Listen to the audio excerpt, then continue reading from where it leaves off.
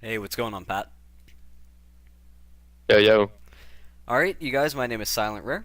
Today I'm going to be interviewing Patrick Aches Price off Team Leverage, Quantic Leverage. They just came off a sort of disappointing sixth place finish at MLG Raleigh. And so, Pat, I mean, obviously, looking at that placing, that's definitely not something Leverage has been used to over the course of the season. So, how have you been making improvements to going into Orlando? We made a roster change. We switched out Proofy for Fears, and if you guys know, we teamed with Fears in the 25K online tournament, sponsored by PlayStation back in February. And with Fears, our playstyle kind of altered again how it did when we picked up Proofy, and it didn't really go back to how we were. It kind of just morphed them both, and our practice schedule's been down, so we've been playing really well. Alright, now, what was the whole reason behind dropping Proofy? Was that just because of the placing that he didn't like it, or was that a team decision that you guys went with? It wasn't so much of a dropping as it was kind of like a mutual team change. Um, like in the game we were fine. Outside the game there was like personal conflicts, not getting along, and it kind of carried over into our game, and that's why we changed our roster. Okay. Now, obviously, you guys are going to be going into Orlando as the number one seeded team, and in Pool A, you guys have Icons Elite, Juked, and Redemption as of the current pool standing. So, obviously, I'm guessing you guys are probably going to come out on top of this pool. I mean, is that your expectations? Yeah, I mean, the three events: Anaheim, Columbus, Dallas. We didn't drop a map in pool play. We had never lost pool play ever. Going into Raleigh, we won our first three pool play matches, and then we lost the collapse. So that's the first pool play match that we've ever dropped. And looking at this pool, I believe that we're probably going to go 4-0 clean sweep. Yeah, looking at this pool, I don't think you guys really have that difficult of a pool right now. I actually think Pool D probably has the hardest pool Yeah, looking at yeah, it. yeah. I mean, Pool Pool D is D, like the pool of death for, I think, every single exactly. game going into this event, It, especially for StarCraft 2, actually. But I mean, I think every game right now has Pool D as their pool of death. Obviously, Optic also made some team changes, but they're looking really good off winning the Call of Duty XP $1 million tournament. So, do you expect them to be in the finals alongside you guys? Because obviously, I expect you guys probably to be in the finals. Or would you probably look at a team like Fear, who I heard have actually haven't been practicing that much? yeah, Fear's actually playing not up to their standards or anybody's standards, to be honest. But Optic, they picked up Proofy and they got rid of Rambo. So I don't know. It's gonna be interesting to see how that turns out for them. I definitely will. I mean, you're obviously gonna see Optic in the top four as always. Um, Fear is on Optic's side of the pool though, so if they both come out of pool play, they're gonna play each other, and so it's basically gonna come down to that match. But so far, Fear's won every semifinals, winner bracket semifinals match versus Optic, so it's gonna be interesting. Yeah, definitely interesting, especially after Fear, at Anaheim and Raleigh. They were definitely a really good team, and I think they've improved more and more as the years gone on, obviously, since Dallas back in April.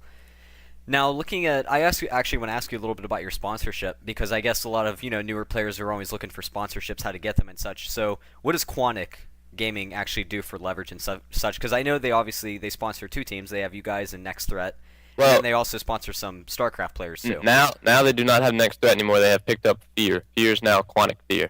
Oh, okay. So yeah, it's us and Fear under Quantic. Um, Quantic, they do a lot. It's overwhelming, really. Um, they basically, I don't want to say they control our lives, but they make sure everything we need gets done, and it gets done on time. And besides airfare and hotels and stuff like that, I mean, they do it, but like that's not what they're here for. Like they give us so much more than just airfare and hotel and whatever. They give us the support that we need, and they keep us together. And we're all contracted. We're all Quantic players. Now, a little question I have to ask because I've always seen this pop up among the StarCraft community. You don't have to answer this if you don't want to. Say, you win an event, obviously that's $10,000. You're gonna obviously earn 2,500 minus the tax that you get. Does that go to Quantic? Does any of that actually go to Quantic? Because I know some actual professional StarCraft 2 teams, they do about a 15% goes to the team to split among the players since they help out with the airfare and such. So, No, Quantic does not take any percentage of our prize money. okay. It's a question that I've always been wondering Yeah. because I know a lot of StarCraft 2 teams, a lot of professional teams, a lot of the Korean teams actually do that. Yeah, I I mean, once the prize you may increase over the seasons and stuff like that, and maybe like a big tournament, like if we won COD XP, then they probably would have asked for a percentage. But the $10,000 MLG event, they don't ask for any. Okay.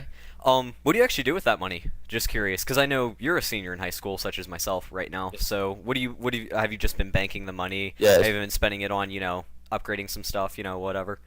So far I've banked about 85, 90% of it, and I've used a little bit for, the little things like a new computer, BMI to get a stream up and running, internet upgrades and stuff like that.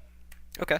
Now, I guess people always like to look at where the roots of other players come from. So originally, where did you come from? Because I'm pretty sure I remember you during the Call of Duty 4 days, during PCLs. I can't remember if you played a lot during that time, but I definitely remember you during Modern Warfare 2. Yeah, I started out actually as a Halo player. I attended 2 events for Halo. So I knew the MLG scene, and then my first COD game was COD 2, but I didn't play on the competitive level. I didn't even play GBs. I played out, the pubs, just like everybody else. And COD 4, I didn't even buy COD 3. COD 4 came out, and I bought it early. And that's when I knew the MLG scene was there, and so I kind of got involved in it. So I played, yes, every PCL in 2008, PCL 1, 2, and 3. I always had top 16 placings, nothing substantial though. And then I quit all of 2009. I played a little bit of World at War, and then I just quit. So I came in Modern Warfare 2, and I really liked Modern Warfare 2. It was a fun, fast-paced game to play. And that's kind of where I made my name. I never really got the big shot. I just made my own team. With people that I knew would stick and be loyal. And that was when I teamed with Phalize on Leverage. And that was in PCL 1 for Xbox only. And then it went over to Leverage breaking out. We got 9th place, and I joined with AOX. And this is when it kind of started. Got 2nd place on both the PS3 and the Xbox side of the PCLs. And then after that, AOX broke up. I made my own team and just started Leverage again.